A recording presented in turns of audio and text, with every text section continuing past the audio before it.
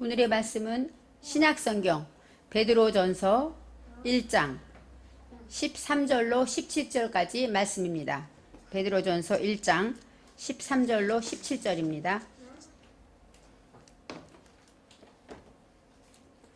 그러므로 너희 마음의 허리를 동이고 근신하여 예수 그리스도에 나타나실 때에 너희에게 가져올 은혜를 온전히 바랄지어다.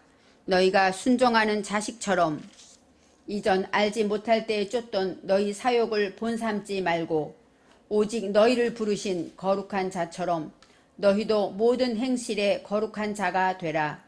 기록하였으되 내가 거룩하니 너희도 거룩할지어다 하셨느니라. 외모로 보시지 않고 각 사람의 행위대로 판단하시는 자를 너희가 아버지라 부른즉 너희의 나그네로 있을 때를 두려움으로 지내라.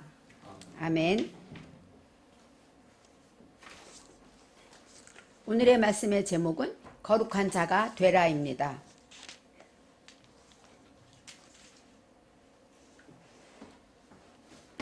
베드로 전서는 성경에 이름이 있듯이 예수 그리스도의 사도 베드로가 기록한 글입니다. 예수님의 제자 중에 우리가 가장 잘하는 제자일 수도 있어요. 베드로가 제일 수제자였고 또 사연도 많았던 제자입니다. 3년간 예수님과 같이 동역했고 예수님을 그러면서도 3번이나 모른다고 부인했고 또 예수님을 만났고 회개해서 오순절에서 성령의 역사를 체험하고 이제는 전도자로 온전히 주님의 앞에 쓰임받다가 마지막에 십자가를 칠 때 거꾸로 십자가를 지은 것으로 유명하죠. 왜요? 예수님은 똑바로 지었으니까 나는 똑바로 지기도 감당치 못하겠다 해서 거꾸로 십자가를 친 그런 사랑하는 제자입니다. 1장 1절에 예수 그리스도의 사도 베드로 이렇게 간단히 나와 있어요. 사도 바울이 쓴 편지에는 이 갈라디아서 같은 경우는 갈라디아서 1장 1절에 이렇게 나와 있어요. 사람들에게서 난 것도 아니요 사람으로 말미암은 것도 아니요 오직 예수 그리스도와 및 죽은 자 가운데서 그리스도를 살리신 하나님 아버지로 말미암아 사도된 바울, 이렇게 본인을 장황하게 사도라고 설명하지만 베드로는 설명할 필요가 없어요. 누구나 다 사도인 것 알기 때문에. 그래서 예수 그리스도의 사도 이렇게 간단하게 설명하고 있습니다. 베드로는 복음을 전하는 설교자였어요. 그랬는데 베드로가 왜 편지를 보낸 이유는 1장 1절에 나와 있습니다. 본도, 갈라디아, 갑바도기아, 아시아와 비두니아에 흩어진 나그네들에게 이렇게 나와 있어요. 바로 1장 1절에 나와 있는 이 도시들은 다 소아시아에 있는, 지금의 말하면 터키를 말하고 있대요. 그래서 터키에 있는 소아시아에 있는 흩어진 기독교인들, 디아스포라 흩어져 있는 유대인이었는데 예수를 영접한 그런 사람들에게 보낸 편지입니다. 특별히 이 사람들을 특별히 이름을 대고 기억하며 한 이유는 사도행전 2장에 이런 일이 있었어요. 오순절 마가의 다락방에 성령의 역사가 나타나서 그들이 방언으로 말하기를 시작했죠. 그때 성경에 보니까 경건한 유대인들이, 예루살렘에 온 유대인들이 절기를 지키러 왔다가 이들이 방언하는 것을 보게 됩니다. 그들이 누구냐면 성경에 나와 있기 2장에 이렇게 나와 있어요. 우리는 바데인, 메데인, 엘라민, 메소포도미아, 갑바도기아, 본도, 아시아, 부르기아인이다. 바로 그들이 성령 받고 방언하는 것을 보면서 이들이 왜 우리의 말을 할까 의아하게 하면서 성령의 역사를 같이 동참한 사람들이에요. 그래서 그때 사도행전 2장 41절에 이렇게 나와 있죠. 그 말을 받은 사람들은 세례를 받도. 베드로가 그때 설교를 한번 합니다. 성령 충만해서 설교를 할 때 이날의 제자의 수가 3,000이나 더하더라. 이 3,000이란 숫자에 이렇게 지금 아시아에 있는 기독교인들, 그들이 들어있는 사람들이에요. 그래서 베드로는 특별히 유대에서 많이 설교를 하고 했지만 아시아에 있는 그때 처음 본인의 설교를 듣고 예수를 영접한 그들을 생각하고 편지를 쓴 것입니다. 근데 왜 이 시기가, 왜 베드로가 이렇게 그들에게 편지를 썼나 생각하면 여러 학설이 있어요. 근데 시기가 네로 황제가 기독교를 몰살하는 그 방화범으로 몰고 몰살하던 그런 환란이 있는 시대였다고 합니다. 그래서 그 후에 베드로가 그들에게 말할 때 1장 7절에 이런 얘기가 나와요. 너희 믿음의 시련이 불로 연단하여도 없어질 금보다 더 귀하여 그리스도에 나타나실 때 칭찬과 영광과 존귀를 얻게 하랍니다. 그러니까 너희가 지금 불같은 시험을 당하고 있지만 그것 때문에 나중에 예수님 오실 때 칭찬받고 영광과 존귀를 면류관을 받을 것이다. 이렇게 격려와 위로, 그런 말씀이 이제 베드로전서에 많은 내용이 있습니다. 그래서 6절에 그렇게 말해요. 오히려 내가 크게 기뻐한다. 너희가 지금은 아주 힘든 것 같지만 그 고난은 잠깐이다. 그 후에 영원한 기쁨이 있다. 이렇게 영적인 믿음을 그들에게 위로와 권면을 주고 있습니다. 이제 오늘의 말씀을 통해서 베드로가 어떻게 위로하고 있는가 생각해 보고자 합니다. 먼저 13절에 그러므로 너희 마음의 허리를 동이고 근신하여 예수 그리스도에 나타나실 때에 너희에게 가져올 은혜를 온전히 바랄지어다. 그러므로 이제는 너희가 고난을 당하지만 그렇지만 이제 마음의 허리를 동여라. 허리를 동인다는 건 뭐예요? 지난번에 진리의 허리띠 얘기하듯이 도포자라 같은 그 큰 옷이기 때문에 허리를 동이지 않으면 활동을 못하니까 허리를 동이다. 이런 뜻도 있고 마음의 허리를 동인다는 거면 우리가 시험 당하면 어때? 마음이 흔들리죠. 하나님이 살아계신 거야? 왜 하나님은 역사를 하지 않는 거야? 왜 언제까지 가는 거야? 내가 잘 못 믿어서 그런가? 마음이 흔들리는 그런 자들에게 마음의 허리를 동이라고 말해요. 그리고 또 이제는 채비를 하라는 거죠. 움직이고 활동할 채비를 하라는 거예요. 근신하여 예수 그리스도에 나타나실 때 예수님의 나타나시는 건 재림 예수를 말하죠. 예수님이 죽으신 후에 많은 사람들이 다시 올 거라고 했기 때문에 당장 오실 것처럼 예수님의 재림을 기다렸습니다. 예수 그리스도에 나타나실 때 너희에게 가져올 은혜를 온전히 바라. 아까 말했죠. 어떤 정책이에요? 그리스도의 칭찬과 영광과 존귀 그 모든 것을 사모하고 바라라는 것입니다. 그래서 근신하며 마음의 허리를 동여라 이렇게 설명하고 있습니다. 14절에 너희가 순종하는 자식처럼 이렇게 나와요. 순종하는 자식은 뭐예요? 하나님의 말씀을 잘 듣고 순종하는 그런 자식처럼 이전에 알지 못한 때에 쫓던 너희 사욕을 본삼지 말고. 알지 못한 때는 언제일까요? 예수를 믿기 전이죠.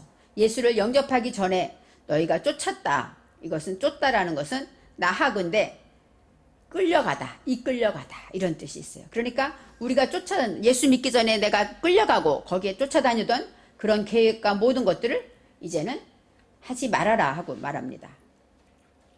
이 쫓더니 나하그가 있고 또 타라는 단어가 있어요. 타는 뭐냐? 계획하다, 설계하다.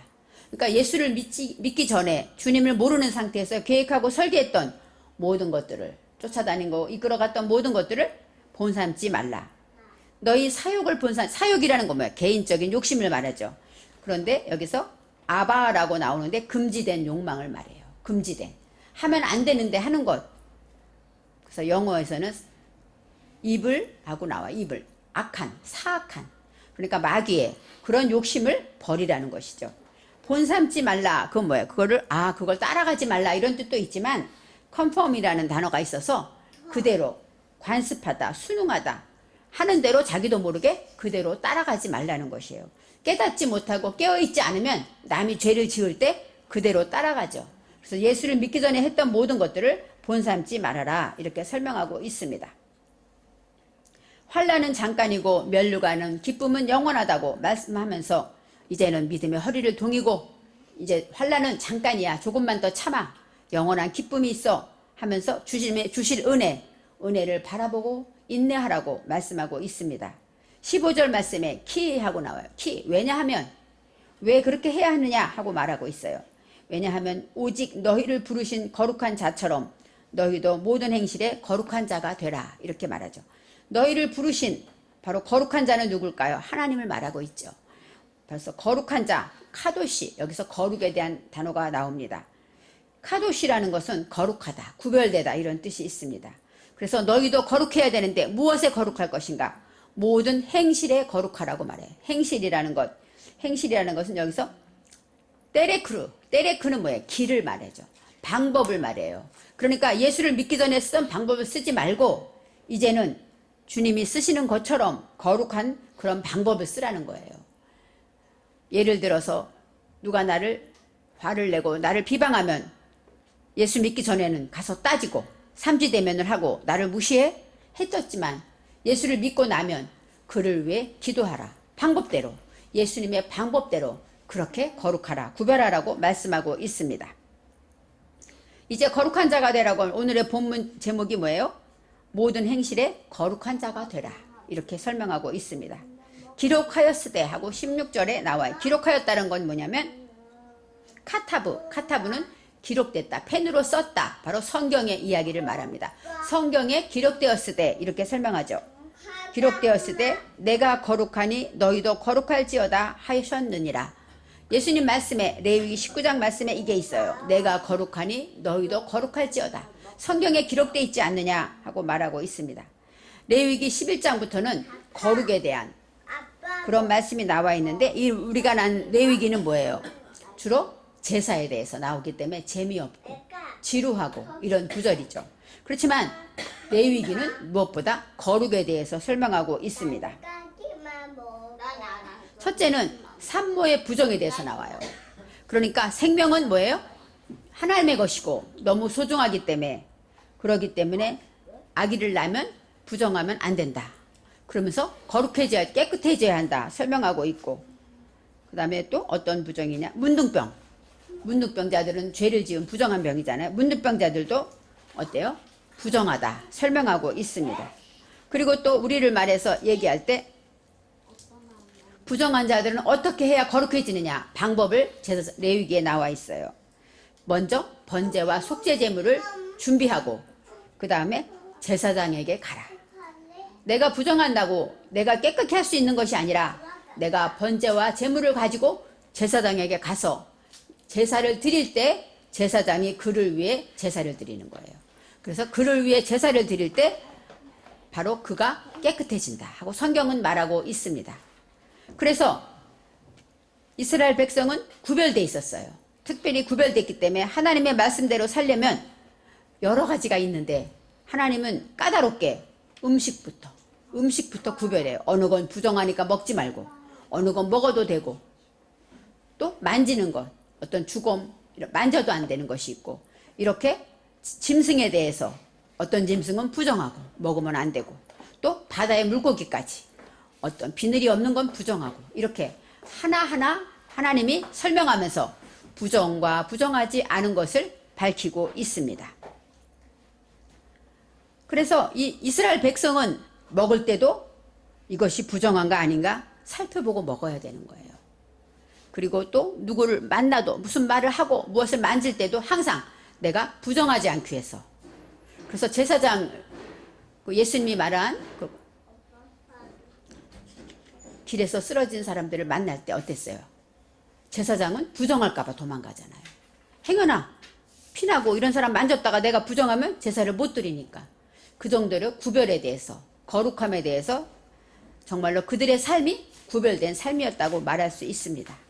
그래서 구별되고 내가 거룩해지고 만약에 부정하게 됐을 때 거룩해지기 위해서는 내가 제물을 가지고 제사장에게 가라. 이것이 바로 방법이었어요.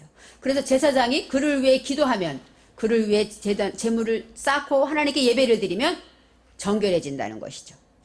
그래서 우리는 모두가 혼돈하고 공허하기 때문에 우리는 모두가 죄악 중에 있습니다. 그래서 우리는 다 부정해요. 그래서 우리가 부정한 것을 누가? 예수 그리스도, 대제사장이신 예수 그리스도를 통해서만 정결해질 수 있다고 레위기는 말하고 있습니다.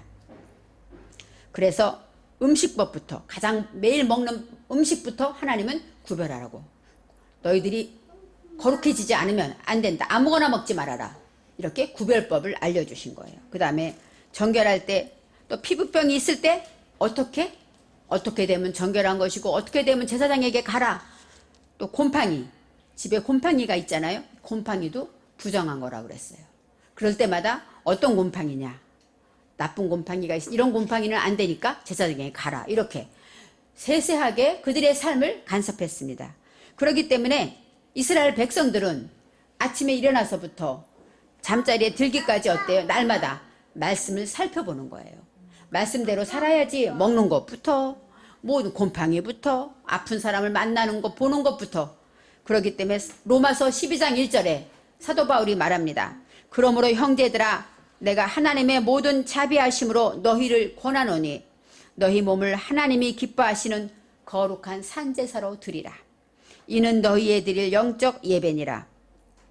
이스라엘 사람들은 그 삶, 하루하루의 삶이 하나님께 드려지는 삶이었어요. 먹는 것부터 모든 것을 살펴야 하니까. 그랬기 때문에 그 산제사로 드린 것처럼 우리는 지금은 부정한 것을 먹으면 잘못되는 것이 아니죠. 율법에서 이제는 해방되었고 예수 그리스도의 법이 온전한 법이 있기 때문에 해방되었지만 이제는 우리가 그렇게 거룩한 삶에 드리는 예배를 드리라는 거예요. 우리의 삶이 하나님께 드리는 예배가 되라는 것이죠. 그래서 2절에 이렇게 말합니다. 너희는 이 세대를 본받지 말고 오직 마음으로 새롭게 함으로 변화를 받아 하나님의 선하시고 기뻐하시고 온전하신 뜻이 무엇인지 분별하도록 하라. 이제는 이렇게 말합니다. 너희는 세상을 본받지 말아라. 사도 바울은 세상 사람들은 무엇을 좋아합니까? 돈 많은 거 좋아하고 외모를 밝히고 또 이생의 자락과 안목의 정욕, 보기 좋은 거. 보기 좋은 떡이 먹기도 좋다. 그러면서 어때요? 이생의 자랑과 안목의 정욕과 육신의 정욕. 내가 놀고 쉬고 편안하면 좋은 거예요. 이렇게 세상 사람들은 이렇게 사는데 이것을 본받지 말고 우리는 하늘의 소망을 가진 사람이기 때문에 오늘 말씀하신 대로 하나님의 선하시고 기뻐하시고 온전하신 뜻을 분별하도록 하라고 말하고 있습니다. 그래서 거룩한 삶, 구별된 삶은 레위기의 이스라엘 백성이 사는 것처럼 구별된 삶은 뭐예요? 먹는 것부터 말하는 것부터 생각하는 것부터 모든 것이 구별되어야 된다는 것이죠. 그래서 우리 예수 믿는 우리는 거룩한 자가 되어라 한 그 말씀은 뭐예요? 구별된 삶을 살아라. 세상 사람들은 명품을 좋아하고 남에게 보이기를 좋아하지만 우리는 어때요? 하나님 앞에 내 마음이 깨끗하기를 바라고 겉으로는 우리가 물질의 노예가 되지 않고 작은 것에도 자족할 줄 알고 감사할 줄 안다면 그것은 바로 세상과 다른 삶을 사는 것입니다.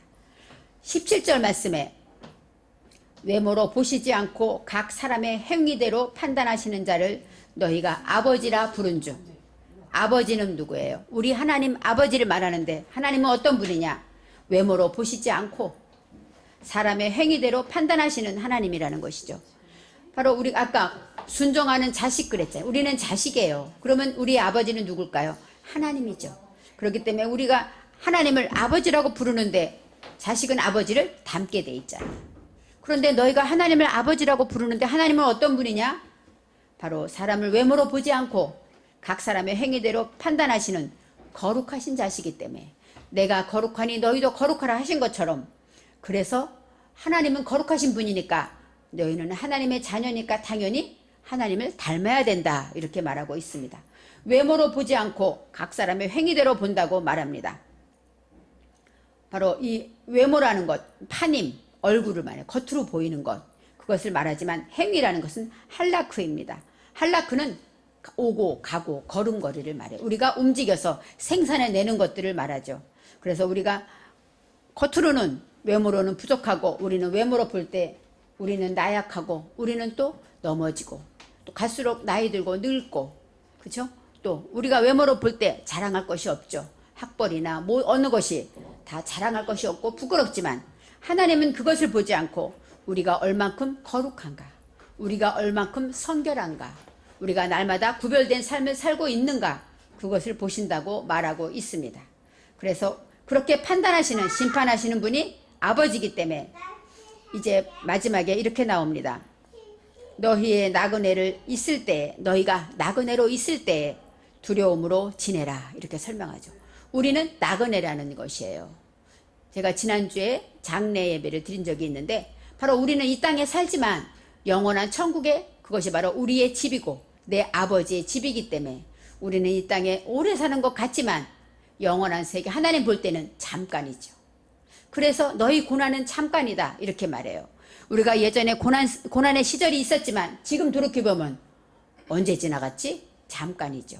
그것처럼 우리는 나그네라는 것은 이 땅에 살지만 소속은 여기에 있지만 우리의 영원한 본향 하늘나라 하나님 아버지가 우리의 아버지이기 때문에 이 땅에 사는 사람들의 법대로 세상의 사욕을 쫓지 말라고 말씀하시는 것입니다. 그래서 그리스도인들이 핍박을 받고 박해를 받고 그때 많이 어려웠지만 그들에게 말하는 거예요. 너희가 세상 사람들의 판단으로 보지 말고 하나님은 너희 행위를 본다. 너희가 어떻게 믿음을 지켰는지 어떻게 참고 인내했는지 그것을 보니까 이제는 너희는 나그네니까 조금만 더 참아라 하고 위로하며 권면하고 있습니다. 나그네로 있을 때는 여기서 바로 두려움으로 지내라. 두렵다는 게 뭐예요? 무서워한다 이런 뜻이 있지만 여기서 야라라는 단어는 야라는 뭐예요? 경외하다 이런 뜻이 있어요. 그러니까 두렵고 떨리는 그런 뜻도 있고 신뢰하고 공경하다. 내 부모를 공경하라 하는 것처럼 공경하다라는 뜻이 있습니다. 그러니까 부모를 공경하기 때문에 부모님 말씀을 삼가고 조심하는 것, 이것이 바로 두려워하는 것이죠. 그래서 이 땅에 살아갈 때 영원한 심판이 있고 나를 기다리는 주님이 우리를 위해 처소를 예비하러 오실 때 그때를 준비하면서 지금은 조금 힘들고 어렵고 힘들지만 잘 견뎌라 이렇게 말씀하고 있습니다. 이제는 너희의 나그네로 있을 때 앞에 나라는 단어가 있어. 나. 이 나라는 것은 무슨 뜻이냐? 제발 간절히 원한다. 또 내가 비오니 이런 뜻이에요. 그러니까 베드로가 그들에게 찾아가지는 못하고 그들에게 찾아가서 위로해 주지는 못하지만 간절한 소원이 내가 정말로 하나님께 간절히 기도하는데 나그네로 있을 때를 두려움으로 지내라. 이제 얼마 남지 않아서 주님이 오실 텐데 그때까지 더 참고 경외함으로 아까 말한 대로 거룩한 자가 되라고 말씀하고 있습니다. 이 나그네라는 것 꾸루라고 나옵니다. 나그네는 머무르는 사람, 체류자. 그러니까 원래 내 집은 여기가 아닌데 잠깐 머무르는 것이죠. 체류하는 것이죠. 그래서 우리가 이 상을 살 때 세상 사람과 구별된 이유는 무엇입니까? 그들은 이 땅이 천국이고 이 땅이 다예요. 이 땅이 끝나면 없어요. 그렇지만 우리는 이 땅에서 조금 불편하게 살고 조금 부족하게 살더라도 하나님의 말씀대로 거룩하게 살다 보면 영원한 천국에서 하나님이 우리를 기다리고 계신다는 것, 내가 가야 할 아버지 집이 있다는 것, 이것이 얼마나 다른 삶입니까? 예수 믿지 않는 사람하고 이야기를 하다 보면 많이 달라요. 그들은 이 땅이 목표이기 때문에 자식들도 모든 것이 다 돈으로 명예로 부하기를 바라지만 우리 믿는 사람은 뭐예요? 좀 부족해도 믿음으로 살기를 바라죠. 부모들이 자식에게 주는 유산 중에 가장 큰 유산 우리 믿는 사람들은 어때요? 오직 믿음입니다. 그들이 예수 안에서 믿음으로 행복하고 그렇게 살기를 바라는 것이 바로 우리 믿는 자가 안 믿는 자와 다른 이유입니다. 하나님을 아버지로 부르기 때문에 우리는 하나님을 닮아야 되죠. 그래서 순종하는 자식처럼 우리는 거룩한 자가 되라고 말씀하고 있습니다. 내 아버지의 집을 가기 전까지 이 땅에서 나그네로 산다는 것을 항상 기억하며 내 아버지를 두려워하고 경외하며 어찌하든지 날마다 먹는 것이나 우리가 말하는 것이나 생각하는 모든 것을 항상 두려운 마음으로 살펴야 돼요. 그것이 바로 거룩해지는 것입니다. 내 삶을 생각하는 것이 구별되어질 때 그것이 진정한 거룩이라고 말할 수가 있습니다. 거룩한 산제사로 드리는 삶, 바로 나그네가 될 때 가능한 것이죠. 이 세상은 나그네이기 때문에 헛되게 막 살아라 그것이 아니라 하나님의 말씀대로 진실하게 살아야 한다는 것입니다. 하나님을 경외하며 살고 하나님을 경외할 때 하나님은 행위대로 심판하기 때문에 오직 내 중심을 내 마음을 하나님께로 드리라고 말하고 있습니다. 그래서 우리는 이스라엘 백성이 모든 것에 구별된 삶을 사는 것처럼 우리도 날마다 예수님으로 인하여 거룩해져야 한다는 것이죠. 우리는 거룩해질 수 없습니다. 제사장에게 나아가서 제사를 드릴 때 제사장이 제사를 드릴 때 거룩해지는 것처럼 우리는 부정하고 날마다 죄를 짓지만 우리를 위해 십자가 지신 예수님의 보혈로 우리는 깨끗해질 수 있다는 것이에요. 그래서 예수님께 나와서 제사를 드릴 때 우리는 깨끗해질 수 있습니다. 그럴 때 우리는 주님이 원하는 거룩에 다가갈 수가 있는 것입니다. 내가 거룩하니 너희도 거룩하라고 말씀하신 것처럼 우리는 예수 그리스도의 십자가의 길로 나아갈 때 주님의 거룩함을 옷 입게 되는 것입니다. 베드로가 간청하는 내가 간절히 비는 것은 뭐예요? 환난을 당한 그들에게 위로와 권면을 하면서 나그네의 인생을 살아가는 그들을 다시 한번 위로하고 조금만 더 참고 인내해서 정말로 하나님을 경외할 때 하나님이 주시는 아름다운 영광과 면류관을 바라보라고 말씀하고 있습니다. 이제는 하나님의 아버지의 거룩하심처럼 저와 여러분은 날마다 거룩해지기 위해서 예전같이 행했던 습관으로 무심코 행했던 그런 잘못된 습관이 있다면 그것을 벗어버리고 주님의 은혜를 사모하며 날마다 거룩해지시기를 바랍니다. 기도하겠습니다. 사랑의 하나님, 우리는 성도라고 말합니다. 거룩한 성도인데, 이름은 성도인데 우리의 삶은 거룩하지 못한 것이 너무나도 많습니다. 습관처럼 죄를 짓고 습관처럼 게으르며 습관처럼 남의 말을 합니다. 하나님 용서해 주옵소서. 우리가 거룩해 주는 것은 하나님의 은혜로 예수님의 거룩하신 같이 우리가 거룩해 줄 수밖에 없사오니 이 시간도 우리를 깨끗게 하시고 이 시간 예배를 드릴 때에 주님께서 주님의 보혈로 우리를 씻어주셔서 거룩해 하여 주옵소서. 그래서 우리가 거룩한 자임을 알고 정말로 세상 사람과 다른 구별된 삶을 살도록 축복하여 주옵소서. 감사드리며 예수님의 이름으로 기도합니다. 아멘.